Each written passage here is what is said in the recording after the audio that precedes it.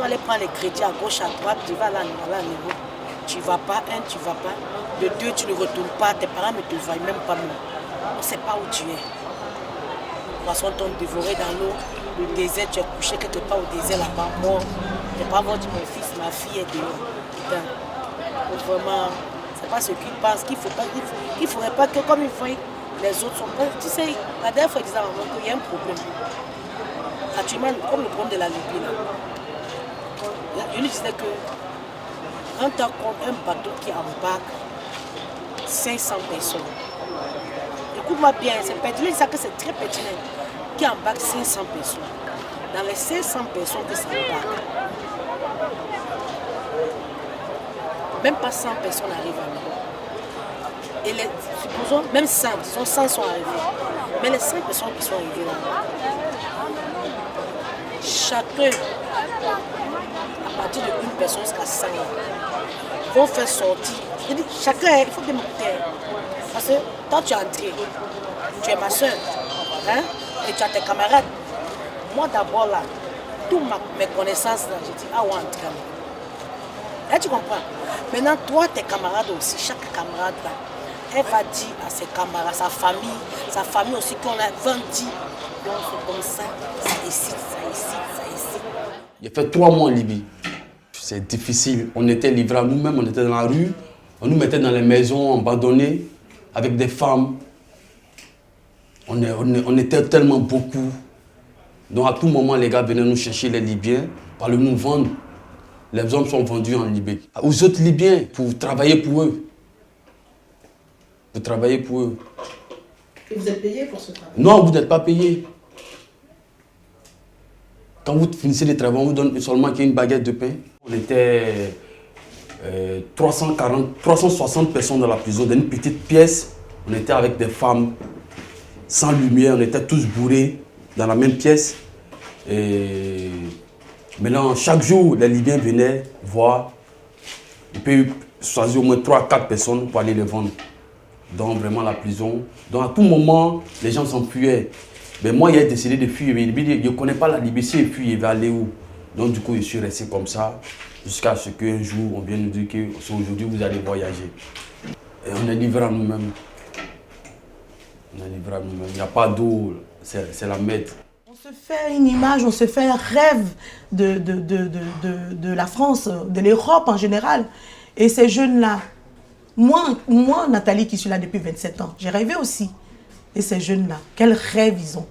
Quels rêves ils ont. Et puis maintenant, on a quoi? On a le Facebook, on a tout ce qu'il y a à la télé, on a tout ça. Et avec les belles images, nos artistes aussi qui donnent d'autres images à ces jeunes-là, ils ont aussi envie de voir un avenir meilleur.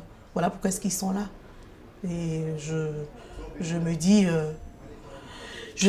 des fois je ne trouve pas les mots, mais j'essaye tant bien que mal de leur dire, de dire à leurs frères ou les sœurs qui veulent traverser. Parce qu'il n'y a pas que les hommes qui traversent. Hein. Il y a des femmes qui traversent avec leurs enfants. Des femmes enceintes. Des femmes enceintes qui traversent avec leurs enfants. Et ce n'est pas sur des bateaux, c'est sur des zodiacs. Et ces zodiacs-là sont quelquefois pourris, sont hors normes. C'est même pas... Et le nombre de personnes sur ces zodiacs-là, si ces bateaux gonflables, parce qu'il faut dire les mots, c'est pas des bateaux, c'est des trucs gonflables. C'est des trucs que les gens gonflent, qui chavirent à tout bout de champ. Ils mettent des planches à l'intérieur, ils m'ont expliqué des trucs. Ils mettent des planches à l'intérieur, on leur donne une boussole, ils ne savent même pas où ils vont et tout. Donc vraiment, il faut que les pays africains arrivent à prendre ce problème à bras le corps. Nos chefs d'État arrivent à prendre ce problème à bras le corps parce que nos enfants meurent. L'Afrique se meurt, hein, parce que quand ils arrivent, c'est l'Afrique qui se vide. Hein. C'est l'Afrique qui se vide. Il y a beaucoup de tout ce qui se passe en Libye. C'est pas du tout facile du tout. Moi, je dis, les hommes qui ont passé là-bas, beaucoup ont été violés. On n'en parle même pas des femmes. Beaucoup, les femmes même, il y a beaucoup qui se prostituaient là-bas. Il y a plein qui se prostituaient là-bas. Ils n'ont pas le choix.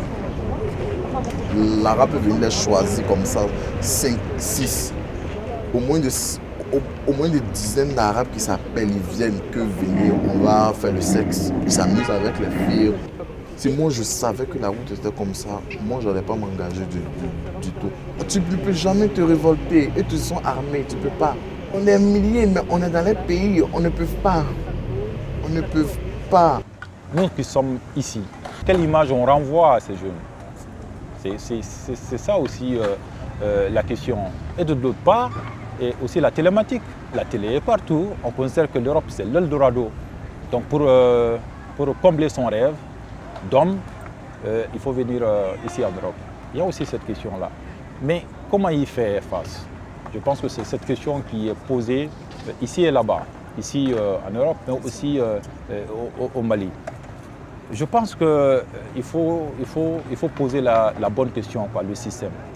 Moi, je suis dans une ville qu'on appelle Grigny, une ville de 82 nationalités, où pratiquement la question de l'école, la question de logement, la question de l'emploi se pose pratiquement dans le même contexte que ce que j'ai pu vivre au Mali. Donc, quand on regarde en profondeur, la question n'est pas d'Europe ou Afrique, c'est la question du système. Est-ce qu'aujourd'hui, on est capable, du point de vue institutionnel, du point de vue associatif, du point de vue élu politique, de s'interroger le système, en se disant que le même système produit les mêmes effets partout, même si effectivement, on peut se dire qu'il y a d'autres qui le sentent plus par rapport à d'autres, mais l'important, c'est que c'est le même système qui produit les mêmes effets et qui s'abat partout. Donc, est-ce qu'on est capable aujourd'hui, de nord au sud, de se poser la vraie question? Cette question, c'est que de plus en plus, les États se trouvent complètement dépossédés. C'est-à-dire que tout ce qui est comme filets sociaux, on le voit ici en France, c'est mon quotidien, disparaissent au fur et à mesure. Donc, ce qui fait que les gens vont se retrouver dans une précarisation généralisée. Et quand on est dans ce système-là, de façon inconsciente, on est obligé de se défendre. Et se défendre pour les gens, les jeunes qui vivent en Afrique, c'est effectivement sortir et venir à l'Eldorado qui est l'Europe.